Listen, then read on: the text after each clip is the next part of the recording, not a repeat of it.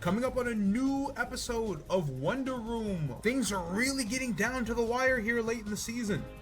Time starting to run out for Kitakami. Two big matchups against Moss Deep and Snowpoint. Can CJ finally garner some momentum this late in the season like he did last season? Snowbell City and Turnback, two teams looking to improve their playoff position. Who would get the advantage in a big interleague matchup this late in the season? A masterclass in team building took place between Kaskaroffa and Undella, but which Max Court affiliate would get the win in a matchup with big playoff implications in the Sapphire League? A big free agency move at the deadline and a primetime blunder for the ages. Wonder Room Week 5 coming up next.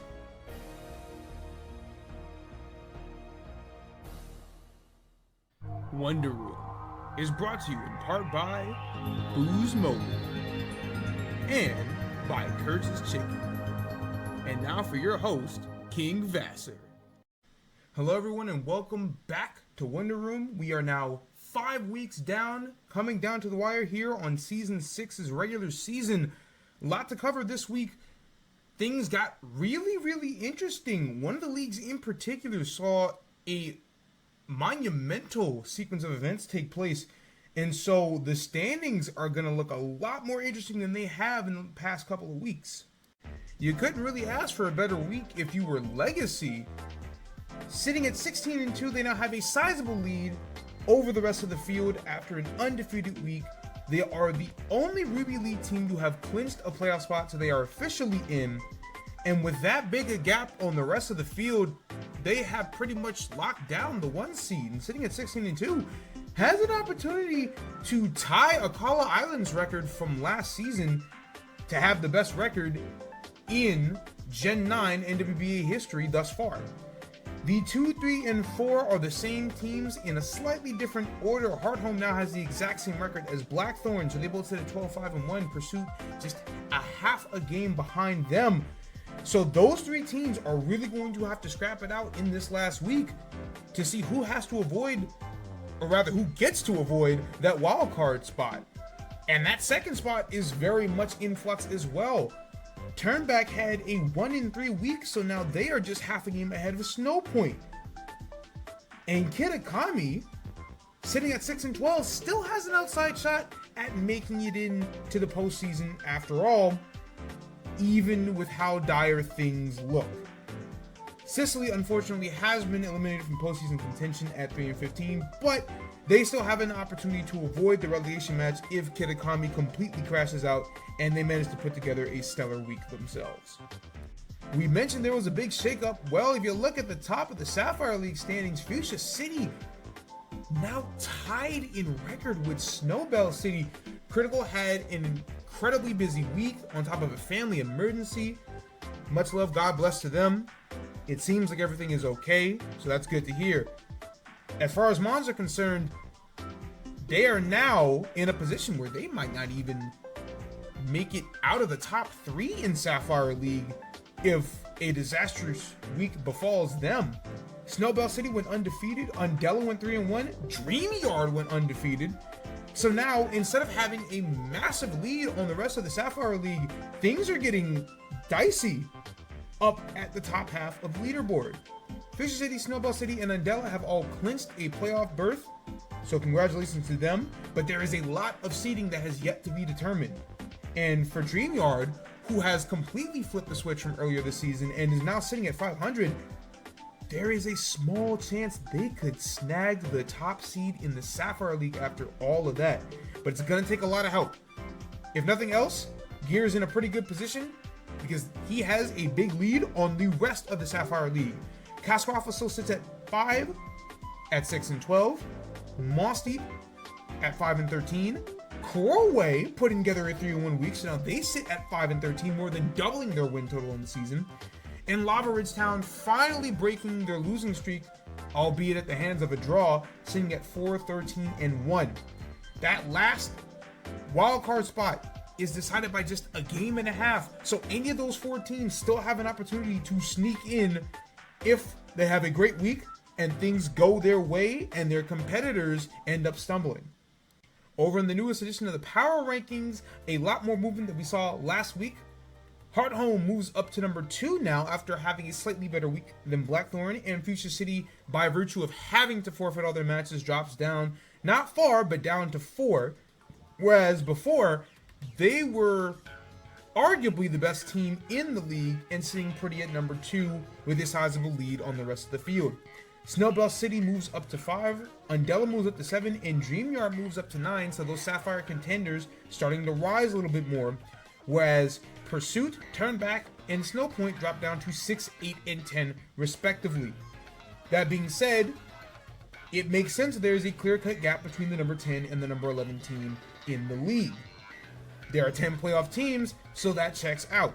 Kaskarafa sits still at 11, Kitakami and Koraway rising to 12 and 13 respectively, while Moss Deep, Sicily, and Lava Ridge Town drop to 14, 15, and 16 respectively. Obviously, it was a big week for everyone, but you could argue that it was a bigger week for teams that are kind of on the outside looking in as opposed to the other way around. Once again, 4 matchups this week to highlight. Kitakami, part of 2 of them. Things are getting really dicey for CJ and his team. Sun's getting kind of low. But with big-time matchups against Snowpoint and Moss Deep, there's still an opportunity for CJ to grab a chance at getting into the playoffs. Turnback and Snowbell City had a big head-to-head matchup against 2 teams that are looking to really kind of smooth the edges out as they head towards the end of the regular season and try to look towards the playoffs. And over in the Sapphire League, Kaskarafa and Undella, a big time matchup between 2 teams that currently hold a playoff spot. So that matchup was going to be huge for playoff seeding no matter what. Moss Deep versus Kitakami, 2 teams on the outside trying to sneak into the playoffs. Early on, Quagsire getting off the toxic spikes was proving to be very annoying for Cyclone, but the triple axle comes through. Critical hit on the second hit, Quagsire is able to go down, but with all that prior chip damage, Arcanine easily able to come in and clean up. Now, Crawdon comes in, and it's Boots, oddly enough. It is not Life Orb, it is not Banned. So Crawdon is going to take a lot of damage from that Sludge Bomb and only deal about 50% back to Volcanion. Later on, Mesprit gets a big Psychic off from Hydrapple trying to switch in, but goes for a Shadow Ball expecting another switch. As well, takes a lot of damage from the Fickle Beam before Hydrapple finally goes down. Turn 19, Gar gets off Assault Cure on Tinglu, who whirlwinds it out, but the worst case scenario, Terrakion comes in, is able to deal enough damage with the close combat that even though it goes down to the EQ, the Assault Cure is going to clean up for Cyclone. In comes Garg, Mesprit down to 9%, just decides to get off a Psychic before going down to the Assault Cure itself. Then later on, Garg, now already at +2, catches Volcanion on the switch with a body press. Sludge Bomb doing big damage back, but nowhere near enough to get the KO. And then Arcanine's Head Smash not enough to take care of Garg later. So now this thing is boosted up to +4, and a few more body presses and some recovers down the line is going to take Game 1 for Moss Deep in this big matchup. Game 2, turn 10, Quagsire comes in, gets hit with another unfortunate critical hit from the Quaquaval knockoff and goes down to the second one, but once again, the toxic damage doing enough to take down Quay. Then turn 20, Goodra comes in, knocks off the Crawdon. Crawdon knocks off the Goodra back. But again, because this thing is Boots, nowhere near enough damage to take care of it, Heavy Slam takes down Crawdon. Turn 24, Garg trying to set up again, Tinglu trying to catch it, but at +4, a body press is more than enough to take it down. Some more switching later, Hydrapple comes in on Goodra, reveals the Ice Spinner doing big damage. Fickle Beam is going to get the KO, but it's going to have to go down to the toxic damage. So now we are down to 3-3. Arcanine comes in, and the Terra Normal E-Speed is time to collect. Later on, Garg is in trying to boost, but questionably goes for the body press instead of trying to get healthy, and so it goes down to the Volcanion Sludge Bomb. 46% is enough to get the KO. Terrakion Stone Edge not enough to get the job done, and Volcanion able to clean up Game 2. On to Game 3, Quagsire once again getting hit with 2 big critical hits, but it's not going to be enough to KO. Quaquaval goes down to the toxic damage, and so now CJ is in a very favorable position, but once again, Quagsire, an unfortunate critical hit coming through on the Crab Hammer, so this thing is going to once again go down early. Arcanine cleans up with the KO. Then later on, Hydrapple comes in on the Heavy Slam from Goodra, loses the speed tie due to the Ice Spinner, and goes down as a result. Guard comes in, gets knocked, but now it's boosting up again. CJ having to stay in, try to get more chip damage on this thing. Guard just goes straight for the KO with Body Press. In comes Volcanion. You know how it's going to go, so he goes for the Sludge Bomb. Cyclone wisely switching out there. And Ting Lu comes in, tries to read the Stone Edge, instead gets hit with a CC. So now CJ's going to have to let this thing go. Ting Lu goes down. We're back to a 3-3 scenario. Later on, Hatterene in a war with an Amorous ends up getting KO'd first, but Guard able to come in, get off a recover. And then Salt cures the Enamorous out. We're down to 2-2. Volcanion comes in. Sludge Bomb does 65%, but that's not enough to get the KO. But neither is the Salt Cure. But a second Sludge Bomb gonna take Guard out, but the Salt Cure takes out Volcanion. Tracheon comes in at 26%. And with no Terra on the table, the E-Speed not gonna be enough to get the KO. So Cyclone so barely able to get the 2-1 victory. Guard finishes with 10 total KOs in a huge performance. Mossy breaks their 7-set losing streak. Kitakami now 2-7 on the season in 3-game sets. A heartbreaker. Big time playoff caliber matchup, Snowbell City versus Turnback. These two teams' first meeting since season 3. Early on, Ogerpon U-turns out into Azumarill on the Weezing, gets off a big Sludge Bomb, and then the Will-O-Wisp on the next turn. So Azu is basically useless, and the second Sludge Bomb plus Burn Chip is going to get the early lead for Turnback. Indeedee has to come in, already massively damaged by an earlier Sludge Bomb, only able to get off one Shadow Ball, revealing that it's Specs before it goes down to the poison damage. Turn 13, Chandelure is in, reveals that it's Sub Calm Mind. Interesting set coming out here from King. Typically he likes to make this a choice item. And a few turns later, Chandelure able to get a big KO on Bronzong. Koopa comes in, reveals that Scarf Revenge KOs the Chandelure. So Weezing G comes in on Ogerpon, gets U-turned out, and then Regidrago reveals that it's Terra Blast with no Terra selected yet, so this is Terra Dragon. Weezing goes down after a second Terra Blast. Turn 23, Ursaluna Terra Normals to get off a big Facade, but defensive Great Tusk coming through. Lives the Facade easily. Body Press is doing enough to easily two-shot the Ursaluna. In comes Revavroom. A Body Press does 53%, but Wheezy going for the game with the Shift Gear. Iron Head comes out, but it's not enough to KO the Tusk. Body Press is able to take out Revavroom, and then the big Headlong Rush takes care of Primarina.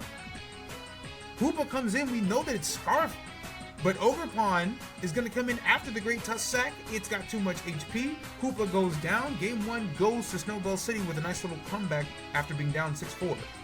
Game 2, Chandelure comes in on turn 8 to block an Ursaluna Facade. Tries to sub up again, but the Ursaluna reveals that it has Crunch. Good game planning here from Wheezy to check this thing. So Chandelure having to get off a Flamethrower does good damage to the Ursa, but it's going to have to go down to a Crunch. Ogerpon comes in, Ursaluna tries to Terra Normal, but Ivy Cudgel gets the big crit, so Ursaluna's got to go down. Turn 14, Jatsa Speed comes in on the train, takes a meaty Gyro Ball, but is able to get the KO with the crit Shadow Ball on Bronzor. Later on, Primarina trying to come in on Indeedee to block the Psychic, but it gets hit with a Psyshock instead. Koopa's got to come in and take good damage before it gets the KO with Dark Pulse. Later on, turn 24, Drago tries to go for a Terra Blast. Hoopa smartly comes in to block it. And 2 Shadow Balls are going to be able to take out Great Tusk, so now Weezy's in a pretty solid position. Hoopa comes out, Daxa Speed is in, Weezing G gets sacked, in comes Revavroom, is going to have to take a Shadow Ball, but it's going to be able to live fairly easily. Iron Head comes out, Daxa Speed goes down. Draco Revenge KOs with the Earth Power, but now Hoopa can come in and clean up. Ogerpon doesn't have the HP to live a Psychic. Weezy's able to take game 2. On to the third game, Bronzong getting hit with a big Shadow Ball from Chandelure, expecting King to sub up again. And then King, reading the switch to Ursaluna, subs up that time. So he's able to get a big Flamethrower off on Ursaluna. Ursaluna takes out the sub, but Shandy's going to be able to pick up a KO here potentially. Wheezy smartly goes to Primarina to block the Flamethrower, gets hit with a big Shadow Ball, so that's a lot of chip on Primarina before Chandelure finally goes down to a Surf. Indeedee comes in, In the terrain, Big Psychic comes through to take out Ursaluna, so it's 5-5. Later on, Bronzong reveals it has Trick Room. Surprising decision even after Ursaluna's gone down. A few turns later, Weezing G able to get off a Strange Steam to pick up a Cleaver KO, but now things are moving. Indeedee is able to get a Revenge KO right back in the terrain, and then turn 33, Indeedee lives a Strange Steam. Primarine's gonna have to come in, it can't live a Psychic, so it goes down. Hoopa comes into Revenge KO, but the terrain is in its favor now, so 2 Psychics takes out Ogerpon. In comes Zax's Speed. We know that this thing has enough speed to outspeed Hoopa. A big Shadow Ball comes through, Weezing G can't take a second, so it goes down. Reverboom comes in, Wheezy once again going to have to try to shift gear and go for the win. Iron Head comes through, only does 26, not even a single flinch. Reverboom takes big damage, he's gonna have to go for another one, but instead opts to swap into Hoopa to block the body press. Smart decision. But King, knowing that he's up in Mons, gets to sack Indeedee, bring the train back out. The Oxus Speed you know is faster. Shadow Ball comes through, KOs Hoopa. Reverboom doesn't have enough HP to take another Shadow Ball, and so King is able to take the set 2-1. Psychic Terrain once again coming through to help him out. Wheezy now 3-2, still a fairly solid record, but losing a very important matchup against a Sapphire League opponent despite Hoopa's 8 KO performance. Kitakami and Snowpoint, the 7 and 6 seeds in the Ruby League. Big time matchup for both of these teams. Glamora and Quagsire are going to be the pace setters. The hazards are going to dictate the pace, and early on Glamora's got to get sacked to the rocks to bring in Heracross. Quagsire comes in, and close combat is doing 43%, and for the first time in what feels like a very long time, Scarf Heracross is going to be a difference maker, and taking out the unaware Mon in Quagsire is going to allow Heracross to boost up enough to basically win the game outright. CJ not realizing that this thing was scarfed until Arcanine already goes down, and after Manaphy gets sacked, it's a forfeit. So big lead early for Snowpoint. Game 2, Ting Lu takes a big body press from Dondozo, goes down to the poison damage afterwards. Breloom comes in on Salamence, gets off a Mach Punch thanks to the rocks damage, gets a KO back. Then turn 21, Volcanion comes in on a Slowbro Cyclops, and the Specs Earth Power is going to do more than enough to pick up the KO. Manaphy comes in on the Snorlax, but Body Slam is going to come out, deal some big damage. Manaphy only able to get off a Surf before it goes down. Then turn 26, Volcanion comes in on a Heracross, correctly predicts the switch, gets off a Stone Edge, Volcanion goes down. So CJ has to go into the Scarf and Enamorus to scare the Heracross out. After Snorlax comes in, takes a Moonblast. Arcanine comes in, takes a Terra Normal Body Slam quite easily. And then the Head Smash comes out, Snorlax goes down. Then later on turn 34, Dondozo, Sleep, Enamorus comes in, able to get off a big Moonblast. Heracross goes down. In comes a healthy Glamora. Arcanine comes in on that, but it can't take the Power Gem. So now it's 2-2, but Breloom, able to resist the Power Gem, gets off a huge Bullet Seed, and it's gonna only land 3 hits, but the Mach Punch is gonna clean up afterwards, and Dondozo, only having exhausted 1 turn of rest, is able to live the 4-hit Bullet Seed, but it still has to be asleep. And so it goes down to a Mach Punch. CJ battles back to take game 2. Game 3, Breloom getting off a big close combat on Salamence after some back and forth offense. Enamorus comes in, Salamence reveals that it's Iron Head on one of its moves, so picks up a huge KO early. Gamora has to come in though on a Terra Normal Arcanine Head Smash, and it goes down after the second one, but not after getting up both layers of the Toxic Spikes. In comes Dozo, takes a big 47. Body Press is not able to KO, but Arcanine misses the crucial 4th Head Smash, so Dondozo is able to rest up and get healthy, and now it can play the game with the rolls. Head Smash lands twice, but Dondozo unable to get a body press off, and so it has to go down to Arcanine after all. Salamence comes into Revenge Kill with the EQ. Then, a few more turns later, Breloom has to come in on Toxic Spikes, gets hit with a Body Slam, and it's enough for toxic damage to take out Breloom. Volcanion comes in, lands the Focus Blast to get the KO on Snorlax. But now we're just playing the sack war. Guja has to come in and die to an EQ. Ting-Lu has to come in. It lives the EQ, whirlwinds the Salamence out. So in comes Slowbro. Ting-Lu able to get off a big EQ, but it has to go down. And Luna smartly puts up the light screen. Slowbro goes down to the Spec Steam Eruption. Salamence able to get off a big EQ, and thanks to the toxic damage, it's going to be enough that the Scarf Heracross is going to be able to pick up the game-winning KO on Volcanion. So another super close set that ends in heartbreak for CJ. For Luna, Heracross, the big 8 KO performance, gets the season sweep on Kitakami, and Snowpoint now above 500, looking to try to sneak into the playoffs via that last spot in the wild card. Kasparov and Undella, two teams that entered the week in a playoff position in the Sapphire League. Right out the gate in turn 1, Audi going for the aggressive sub Garchomp to be able to read the switch, but decides to get off a skill shot first instead of the Swords Dance. So Excadrill able to pop the sub, and then Audi getting aggressive, maybe thinking that Keg would switch, but instead Keg stands his ground, gets the KO with the EQ, but dies right back to the Dark Pulse. Turn 9, Dax's speed, able to get off a big teleport. Darkrai able to come in on the Terra Gengar, gets off a Side Shock, and it goes down. Turn 14, Shaman reveals that it's Tailwind, goes into Goodra, but gets hit with a big banded U-turn from Caesar. So now Entei has to come in, Keg down considerably, but reveals the Swagger Mirror Herb Entei, one of the more devious sets that we've seen this season. And the evil dog check, as it is called, certainly dog checking Undella from here on out. Caesar Bullet Punch gets off some big damage, but it's gonna have to go down. Hopefully Darkrai can come in and pick up the KO, but the Dark Pulse not enough, doesn't get the flinch. And so Entei picks up a massive sweep in the first game, and Kasparov are already shaking up to get off a big upset. Beginning of game 2, Audi once again going for the sub, Keg able to Terra Fairy, read it, get off a big Terra Blast. So now Deoxys D has to come in, gets hit with a big crit, has to teleport out into Caesar, and then Goodra reveals that it has Flamethrower, so catches Caesar this time around. In comes Necrozma, but it's a Calm Mind variant, and then shows Iron Defense, and then Moonlight the next turn. It's the Jirachi at home with the weakness policy to boot on top of that. So Audi, taking notes from Nico, realizes, hey, that Stored Power Jirachi set was pretty damn devious. I can do it myself. And so Keg doesn't really have much of a choice but to try its best to whittle this Necrozma down.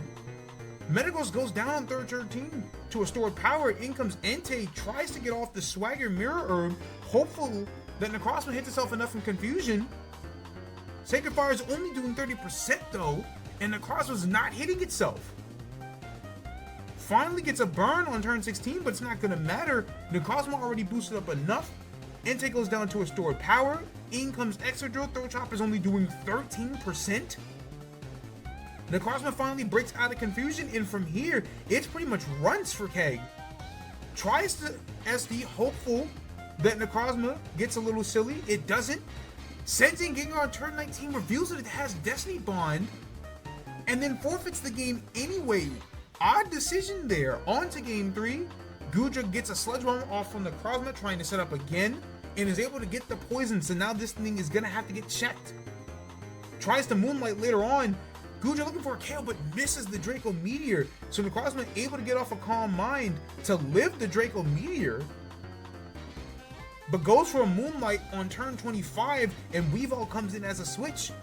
So now Necrozma's got to switch out anyway, and Scarm, already having taken proper chip, gets hit with a big knockoff, and then Weavile is able to collect the first KO of game 3 with one back. Caesar comes in, this thing is banded, Weavile has to switch out, Metagross already weakened, just gets sacked to the second Bullet Punch, gets off some good Rocky Helmet chip. In comes Goodra, but after the spikes damage, it can't live a Bullet Punch either. So now Undella back on top 5-4, but Shaman coming through with some big damage, able to KO Necrozma after the poison damage. In comes Garchomp to get the revenge KO on Shaman, and now we are in a Mon-Sac War again. Deoxys D has to come in on Weavile, and it's able to live the triple axle, but it's not going to live the knockoff right after. In comes Caesar once again to scare this thing out with a bullet punch. Audi getting a big crit with that bullet punch, but he's going to have to switch into Garchomp. But the swagger from Entei misses, so it has to go down to the EQ. Gengar's going to be able to get off a Destiny Bond, but with no way of stopping the Caesar bullet punch, it's going to be a set clinching miss for Keg. So despite his good effort and Entei's good performance, it's Undella that walks away with the win thanks to that big Necrozma set. Caesar with a 4 KO performance behind it. Undella moves now to 9-8 and firmly continues to hold on to that number 3 spot in the Sapphire League. Once again, we head to the numbers section of this week's episode, leaderboards and whatnot. A familiar face is starting to creep back into MVP contention. You'll know them when you see them. And the return of ZU Moment of the Week. We do have something in store for this week, and I'm sure a lot of people are excited about that, so let's get right on into it. Regidrago makes its grand return to the stats leaderboard in Week 5, leading the league in both KOs and points, 14 KOs and 27 points. Blaziken and Kyurem being second in the league with 13 KOs apiece.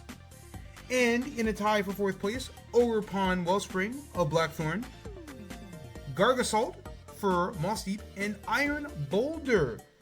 In the assist category, Great Tusk leads the way with 10 for Snowbell City, and then a host of Mons tied at 8. Glimora of Snowpoint, Hippowdon, Samurott H, and Tinglu of Kitakami. Kyurem's 25 points were good for second in the league.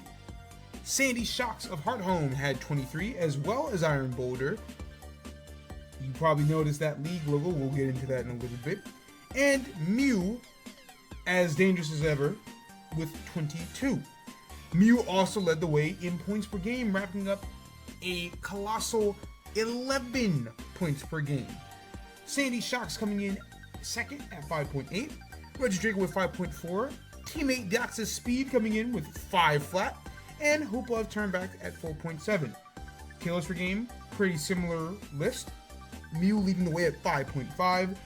Regidrago with 2.8. Hoopa with 2.7. Sandy Shocks and Deoxys Speed both with 2.5. For a team to be named after your legacy, you gotta be a pretty dangerous mon to be walking around the streets. Kyurem certainly lives up to that billing. Your Ruby League Week 5 Pokemon of the Week. 13 KOs, tied for second in the league, 25 points, standalone second in the league, 4.2 points per game, and 2.2 KOs per game. This is what happens when you institute a rule that prevents Mons from being banned all season. Kyurem finally gets some playing time and put in a massive amount of work for Legacy, helping them to have yet another undefeated season and damn near locking down the 1 seed in the Ruby League. It was a fantastic week for Kyurem, and even though this mon probably won't get to see much, if any, playing time in the playoffs, it can still have a notable impact on this team when it does get a chance to play, and it certainly did this week. As for the Sapphire League Pokemon of the Week for Week 5, the Magenta Menace rears its head once again. Regidrago. 14 KOs and 27 points were tops in the league in both categories. 5.4 points per game was best in the Sapphire League. 2.8 KOs per game was second in the league. We saw Regidrago do this exact same thing last season for Treasure Town Tyrannitars. It put together a monstrous Week 5, was able to boost that team into the playoffs and make its case for the MVP award, and it's starting to do something similar for Snowbell City this season. It's won an MVP under King's leadership before, and with Snowbell having an opportunity to potentially clinch the number 1 seed in the Sapphire League after being down by so much, you're probably going to see this mon be the focal point of that team yet again.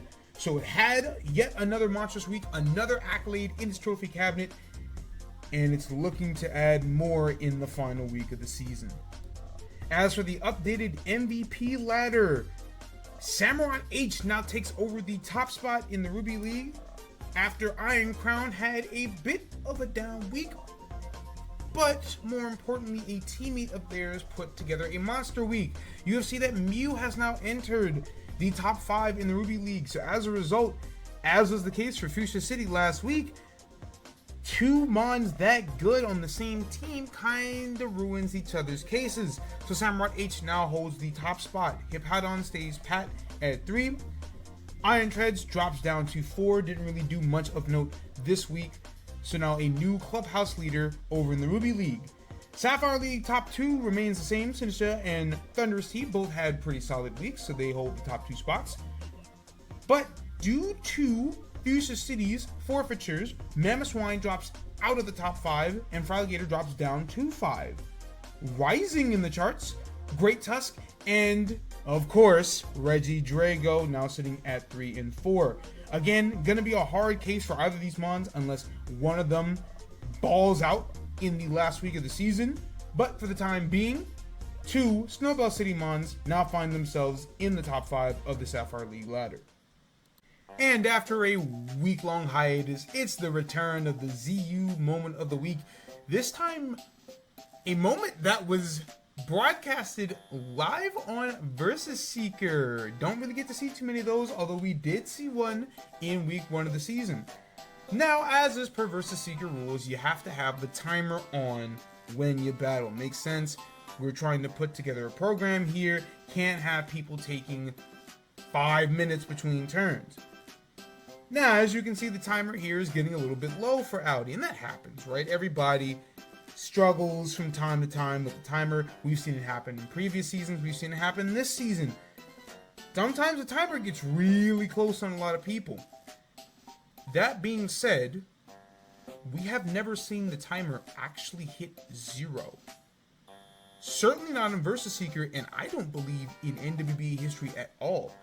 So, Audi making very unfortunate history again on Versus Seeker in prime time versus Nico by having to forfeit the game because he ran out of time. The worst part is that Audi had a pretty decent shot at winning that game and making it 1-1. Instead, having to forfeit, loses the set 2-0. Pretty embarrassing turn of events. For what it was worth, the only set that Undella lost all week. But something like that happening this late in the season is, that's pretty rough going and certainly going to draw the ire of Dom heading into the final week of the season. The free agent signing period has ended, the deadline is passed, so rosters are now completely locked and finalized for the rest of the season, so you'll get to see the last of the free agent changes that were made. A really surprising one actually took place, so even though this was the final week of free agency, we were not short on drama. And we also have to cover some playoff scenarios now that we're at the point in the season where teams are actually clinching. And with 1 week left to go, obviously you'd want to be up to date on who stands where.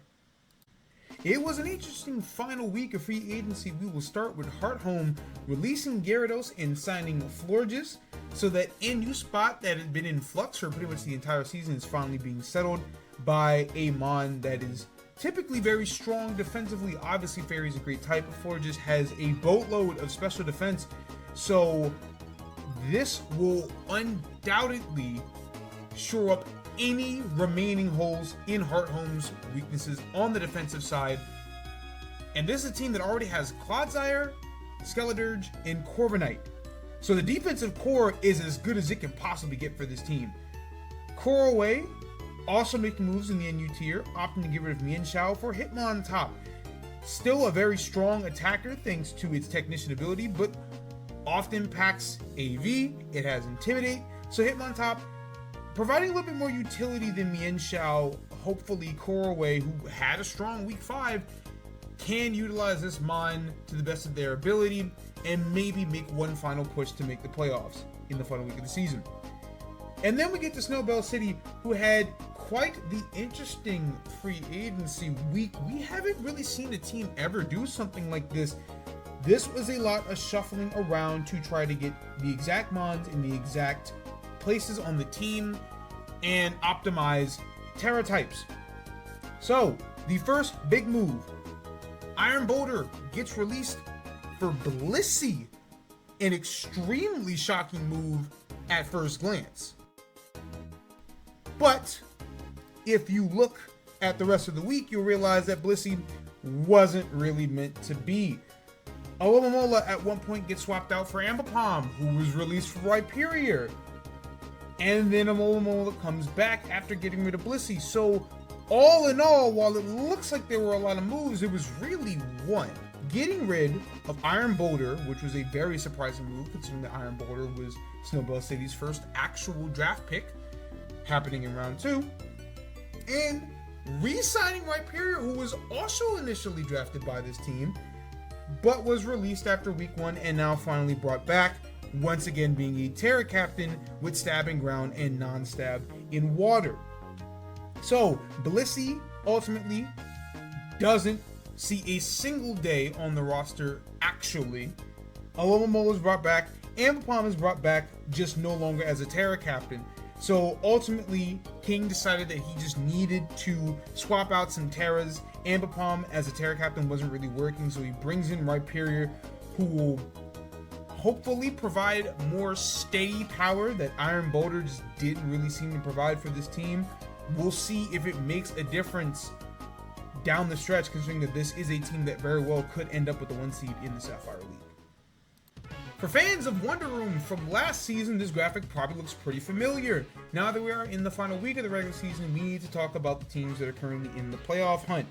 First things first, magic numbers and tragic numbers. What that is an algorithm that basically decides how close or far away your team is from clinching a playoff spot or from being eliminated from postseason contention. These works in units of 0.5. So let's say that you are a team in a playoff spot like DreamYard. You win a set, that's 0.5 in your favor. If there is a team that is outside of the playoff that loses a set, that is a 0.5 in your favor. So in the case of DreamYard, all Gear needs to do is win a set, or for Mossdeep and Coroway to both lose a set, and they're in the playoffs, guaranteed no matter what. So DreamYard is essentially in as the 4th team in the Sapphire League. For the rest of the teams in the Sapphire League, it's a lot trickier. Kasparov currently holds the lead, but with a magic number of 3.5, that means they have a lot of work to do before they can clinch. Just one game ahead of the rest of the field. It's going to be a dogfight in the Sapphire League for that last playoff spot, and all 4 of these teams can make it in. So even though Lava Ridge Town had that massive losing streak, and they are currently last in the Sapphire League, they still have a shot at making the postseason. They are going to need the most help. That's why their tragic number is the smallest, but there is a chance. Over in the Ruby League, Heart Home, Blackthorn, and Pursuit all have really good shots at making the postseason. None of them have clinched yet, but with magic numbers of 1, 1, and 1.5 respectively, they only need to go essentially 2-2 on the week, and for Snowpoint to not go undefeated for them to all clinch. For Turnback and Snowpoint, that is going to be the big matchup to watch out for. Both of those teams are very, very close. Turnback is just half a game ahead of them. So Turnback has to have a good a week as Snowpoint or better in order to keep their playoff spot. So Wheezy is slightly favored in this scenario, but there's a lot of work to be done and you can't really call it yet. For Kitakami, who is very much on the outside looking in, there is still an avenue to make it in. Their tragic number is very small, being a 1, so if Turnback goes 2-2 on the week, it's done. Doesn't matter how good of a week Kitakami has. But there is a chance. A very small chance, but there is still a chance for Kitakami to make it in if every last thing goes their way.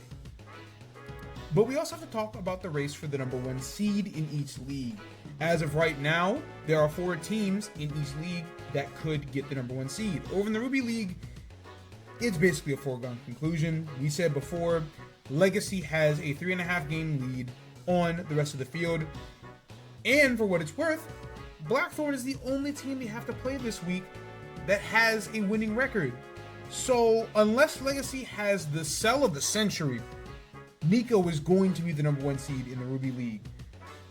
There is still an opportunity, though, if everything goes poorly for them, for one of these other teams to win it. And of course, they are also jockeying for second position in general. So Heart Home and Pursuit have pretty rough weeks. They both have to run the full gauntlet against playoff caliber teams with winning records, and they have a head-to-head matchup against each other. So a lot is on the line for both teams. They're going to have to play their best. It's going to be a great playoff tune-up, but it might also determine who ends up having to play in that best of one wild card. Blackthorn also has a pretty light week, so they are most likely to end up in the 2-3, but again, poor play will change everything. And it's not like Blackthorn doesn't have to play against teams that still have a lot to play for. Over in the Sapphire League, a lot muddier picture after Fuchsia City's week-long forfeiture. They are currently tied with Snowbell City at 12-6. Undella just 2 games behind them in Dreamyard 3. All 4 teams have 3 teams above 500 they have to play against. Snowbell and Fuchsia City have to play against each other, and Dreamyard and Undella have to play against each other. So the schedule makers seems like they had the script, and it's working out pretty well. So again, big time matchups for all teams, and it's really impossible to call who's going to get that #1 seed. But again, it's worth mentioning that Fuchsia City has to play Snowbell, and Undella's got to play Snowbell City and Dreamyard. So if Snowbell City can win those 2 big matchups against the current #1 and #3 in the Sapphire League, there's a pretty damn good chance that they're going to be the ones getting to rest and watch that wild card and get the winner of that instead of having to play the 2-3 immediately. And as we look at the final week of the regular season schedules, you'll see that there are a lot of big-time matchups that have yet to be played all across the league. Weebly League has a lot to settle. Heart Home, Snow Point, Legacy, Pursuit, Blackthorn, they all got big matches to play. Fuchsia City, Snowbell, and Undella have some big-time matchups, both in their league and in intra-league matchups. And for a big-time doubleheader on Versus Seeker, Turnback and Dreamyard, the 5 seed in the Ruby and the 4 seed in the Sapphire League, and then Heart Home and Snowbell City, the 2 seed in both leagues. So there is a lot on the line this week, and there are some very big-time matchups that are going to have to get settled before we know what exactly the playoff bracket is going to look like. Alright gang, that's going to do it for this week's episode. Thank you all for watching. I've been your host, King Vasser. The final week of regular season Versus Seeker coming your way next. Stick around.